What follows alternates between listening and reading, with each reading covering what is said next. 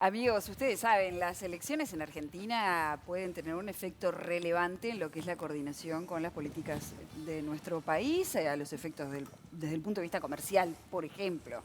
Las elecciones en Argentina que están realizando hoy, más de 33 millones de personas, 33.800.000, si no me equivoco, estaban habilitadas para votar, con algunas características particulares que a mí me interesa conversar con Padrón, si después me lo permite Maxi, que es el dueño de la palabra en materia internacional. Sí, Adelante ambos. sí, una jornada a nivel internacional muy movida, ¿no? No solo lo que está pasando en Argentina, sino que también en Chile. Hoy se levantó el estado de excepción en Chile. Estados Unidos anunció que ejecutó al líder del autoproclamado Estado Islámico, al-Baghdadi. Mucha información internacional, pero nos vamos a centrar en lo que está pasando en Argentina, jornada electoral, Álvaro, como en Uruguay. Sí, bueno, un gusto traer 7.000 millones a la elección. Y es una pregunta que hace todo el mundo. ¿Qué tiene que ver la política internacional con una elección en Uruguay? Tiene mucho que ver. El mundo, la región, que está además viviendo un momento muy particular, y la simultaneidad de una elección en un país que además yo siempre digo, es la elección más importante después de la nuestra para nosotros, porque hay influencia económica, cultural, social y lo que ahora algunos llaman el espejo político, porque ellos hablan de nosotros y hacen la elección refiriéndose a Uruguay y a nosotros nos pasa lo mismo. Entonces, pero el mundo habla de Uruguay, no es tan raro explicar que hay política internacional en una elección como la nuestra. Estuve mirando desde hace una semana, 62 países hacen referencia a la elección en Uruguay, en casi todos los casos de una manera muy positiva. Entonces, es algo que tenemos que valorar porque este país existe si se conecta con el mundo. Claro. Vamos a repasar algunas cifras porque los comicios, las mesas cerraron a las 6 de la tarde en Argentina y ya empieza a surgir información, pero no cifras, porque la jueza Servini, una de las juezas que está detrás de todo esto de la Corte Electoral Argentina, informó que se van a dar datos sobre las 9 de la noche, pero que no se va a dar ningún dato oficial hasta que no esté escrutado 10% de Buenos Aires, Santa Fe y Córdoba, que son las provincias más importantes de Argentina. Recién en ese momento se darán los datos preliminares de lo que está sucediendo en el vecino país. Está claro que el candidato del Frente de Todos, el opositor Alberto Fernández, es el favorito de ganar esta elección en primera vuelta, en una primera vuelta que tomó un tono de segunda vuelta por lo que sucedió en agosto en Las PASO, que es una elección donde se definen los candidatos de los partidos, pero que en esta oportunidad ya tenía los candidatos electos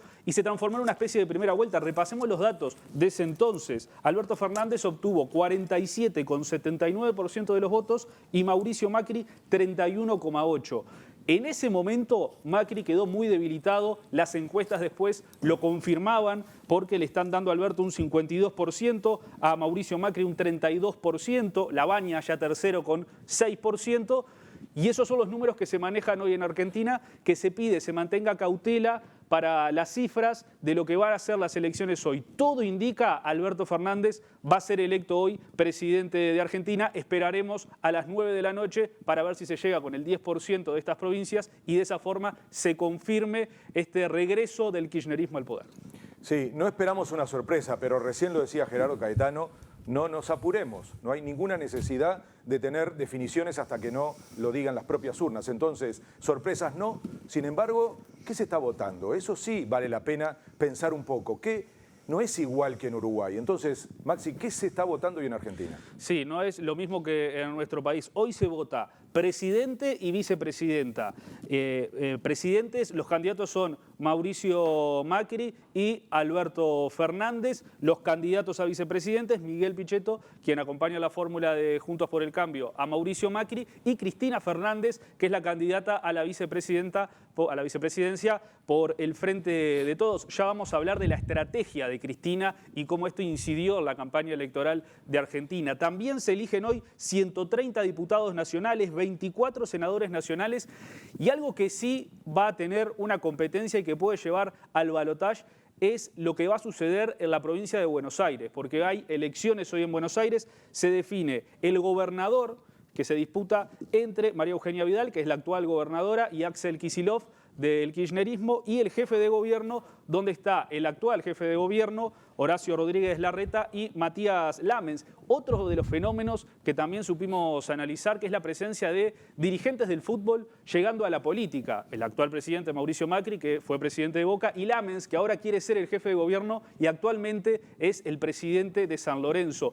Esto es lo que se está eligiendo hoy. Seguramente presidente y vicepresidente se defina hoy, pero hay altas chances que en la provincia de Buenos Aires tanto jefe de gobierno como gobernador pueda pasar a balotaje, sobre todo en lo que es jefe de gobierno. Sí, todas diferencias con nosotros, pero hay una que rompe los ojos. Los uruguayos vemos en los debates y en la campaña electoral argentina a un presidente siendo presidente y siendo candidato. Algo difícil de entender y sobre todo difícil de aplicar en un país en crisis. Parece que apaga el modo presidente y pone el modo candidato, y es todo muy complejo para un momento de campaña muy tensa. Diferencias, muchas. Por ejemplo, la forma en que se termina de definir. 40% y 10% de diferencia alcanzan en Argentina para ser presidente. Y 45% para ganar en primera vuelta, directa. ya está. Entonces, eso confirma que la elección uruguaya es una de las más difíciles de ganar. Con este tipo de elección, en Uruguay casi seguro no habría segunda vuelta, según todas las encuestas en Uruguay. Entonces, tercera diferencia, y permítanme decir que me da un poco de vergüenza, 400.000 argentinas y argentinos votan en el mundo. Acá todavía no tenemos voto en el exterior.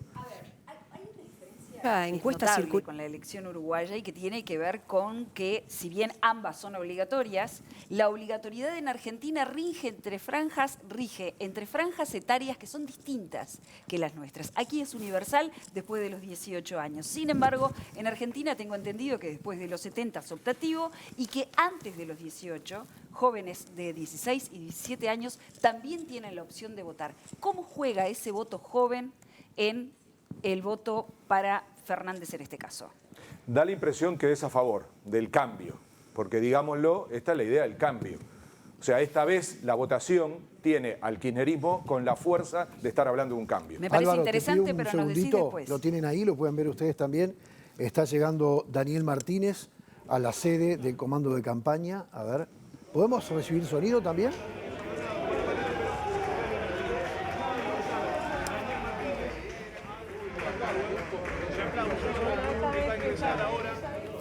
Bueno, era la llegada, ¿no? Por lo menos para mostrarlo. Daniel Martínez, que se ha reunido ya en varias oportunidades con Alberto Fernández y que han tenido comunicaciones telefónicas en estos últimos días de cara a las elecciones, ¿no? Es cierto.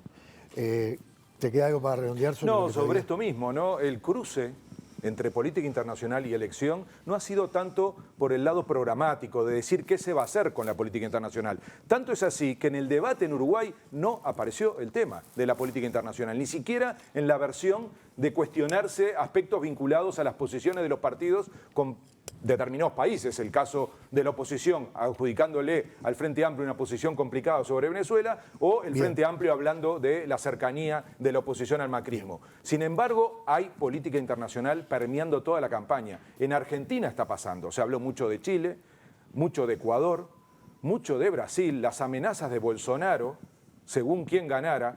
Aprovecho para decir otra coincidencia de fecha. Hoy es el cumpleaños de Lula. Ignacio Lula da Silva, un factor determinante en lo que va a ser la ecuación de la región. Y aniversario de la muerte de Néstor Kirchner, hoy 9 años. En el mismo día de la elección.